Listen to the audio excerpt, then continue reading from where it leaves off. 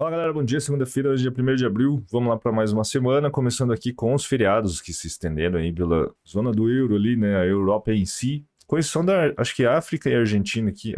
Tem Nova Zelândia e Austrália. Enfim, então hoje ainda é feriado lá na Europa, que é o principal pra gente, né? Que está operando no dia a dia. E pode ser que tenha um pouco menos de liquidez ali, dependendo do ativo que você estiver olhando. As atenções no dia de hoje, segunda-feira, vai para o PMI Industrial, que vai sair às 10h45 da manhã, o horário de Brasília. A expectativa é que se mantenha inalterada, lembrando que esse número de referência ali, 50, acima de 50, a gente chama de expansão industrial. Qualquer número alto que sair aqui, o mercado está de olho nesse tipo de dado econômico. Por quê? Porque significa que a gente chama isso aqui de termômetro da indústria, significa que a indústria está forte, está se recuperando. E o ISM que tem aqui embaixo é um instituto também extremamente respeitado, quando é um instituto de pesquisa, né, que faz uma pesquisa com os gerentes de compras das indústrias.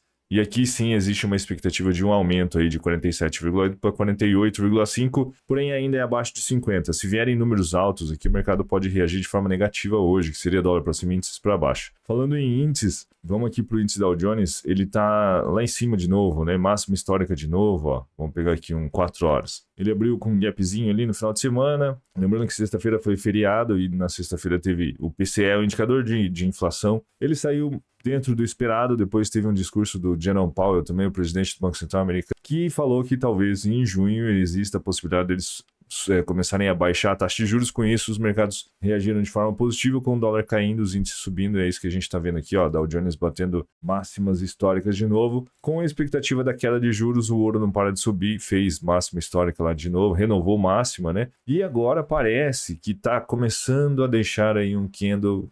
Quando a gente fala de análise técnica, está começando a deixar candles de, será que agora vem uma correçãozinha aqui? Né? Ainda não dá para saber. Seria legal se ele voltasse aqui nessa região de 2.200, 2.230 para continuar a sua subida, mas está começando a deixar esses sinais aqui. Esse é o ouro, né, que eu mostrei para vocês. Vamos voltar lá no calendário econômico. Então, esse PMI que vai sair entre as 10h45 e as 11 horas, eles são os mais importantes do dia de hoje, mas nada além disso, nem na madrugada.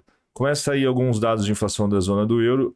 Existe uma estimativa, uma especulação de que a zona do euro pode começar a baixar a taxa de juros antes dos Estados Unidos. Então, talvez a gente veja movimentos com o euro até mais fortes antes do que o dólar em si. Hoje, no site de notícia, fala muito sobre o ouro, né? O ouro subindo. Aqui no Bloomberg também tem, no MarketWatch também tem, que o ouro está renovando máximas com a expectativa aí de queda de juros. Eu até deixei separado aqui, ó, esse gráfico amarelinho aqui seria o ouro, né? E o azul, o verdinho aqui, seria os títulos americanos com vencimento de 10 anos. Quando os juros caem, não fica tão atrativo assim, renda fixa, por exemplo, títulos do governo, e o ouro passa a subir, ele volta a subir. Porque como o ouro já não rende nada, em tempos de juros altos, que era o que estava, né, anteriormente, é muito mais atrativo você sair do ouro e deixar em títulos em renda fixa ou outros tipos de investimento. Então é por isso que a gente está vendo esses movimentos aí. Podem ver que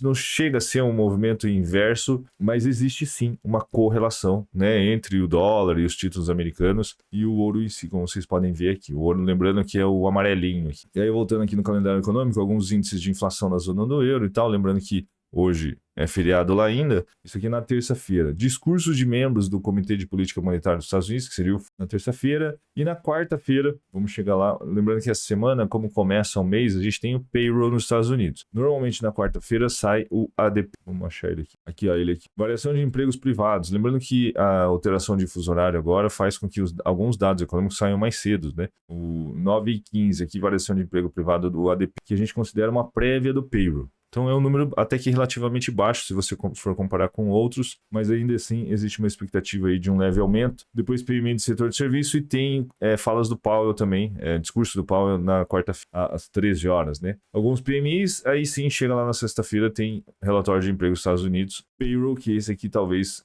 seja o mais importante. Aqui também dessa vez ainda está fácil de interpretar. Números muito fortes, pode ser que o mercado reaja negativamente. Números fracos, o mercado mercado pode reagir, é só uma reação, não é uma tendência que muda, tá, gente? O mercado pode reagir de forma mais positiva, mas daí lá mais no dia, mais perto do dia, a gente fala sobre isso. Fechado? De resto, eu acho que era isso, sem muita novidade. Quando a gente vai para os gráficos aqui, a gente vê, por exemplo, o Yen totalmente lateralizado, é até bem louco esse tipo de movimento aqui, e muito, muito, muito, muito pequeno. O pessoal do Banco do Japão tem dito que não tem como, né, você ter uma moeda que ela seja tão volátil assim, que é necessário estabilidade. Essa madrugada eles afirmaram que não vão ficar dando sinais de que vão ficar atuando no mercado de câmbio. Lembrando que o Yen, né, tá nessas máximas aqui, que são as máximas que ele chegou na década de 90, né, 151 Yen, tá bem desvalorizado. E aí a gente fica naquela expectativa, né, que horas que ele vai fazer uma correção aqui, ter uma queda pra gente acompanhar. Eu, particularmente, quando eu vejo esse tipo de movimento aqui, ele tem mais cara de que vai testar o rompimento, vai testar fazer falsos rompimentos, vai para cima do que para baixo, quando a gente fala somente de análise técnica. Mas é tão sensível essa região que o Yen está, porque o Banco do Japão está de olho ali e vem intervindo, né, quando chega nessas regiões aí, quando o Yen está desvalorizando muito. Mas quando a gente olha em tempos gráficos menores, ele está realmente bem lateralizado e com movimentos bem pequenos, assim, com ranges bem pequenos. O euro estava numa expectativa ontem dele, né, fazer alguma correçãozinha aí, mas devido ao feriado, talvez, ele também deu uma paradinha sem muita movimentação, lembrando que, né, tá em tendência de queda e para fazer alguma operação teria que romper essas regiões de suporte, caso contrário, não tem muito o que fazer. E os índices, vamos esperar ver se sai alguma correção hoje, né, porque estão lá nas máximas históricas, tá todo mundo lá em cima, e o mercado abre às 10h30, o mercado à vista, depois do feriado da sexta-feira. Então teve quinta-feira, sexta-feira dados econômicos com o mercado fechado, e o mercado à vista vai reabrir hoje às 10h30. Então pode ser sim que a gente veja alguns movimentos bons nos índices americanos hoje. Fechado, o resto de moeda assim, ó, lateralizadão. O dólar australiano, NZT, então sem muita oportunidade no meu ponto de vista. Hoje eu iria, né, olhar mais para índices um pouco, talvez o ouro, uma correção do ouro, enfim. Ótima segunda-feira a todos, uma ótima semana, até o próximo Morning Call.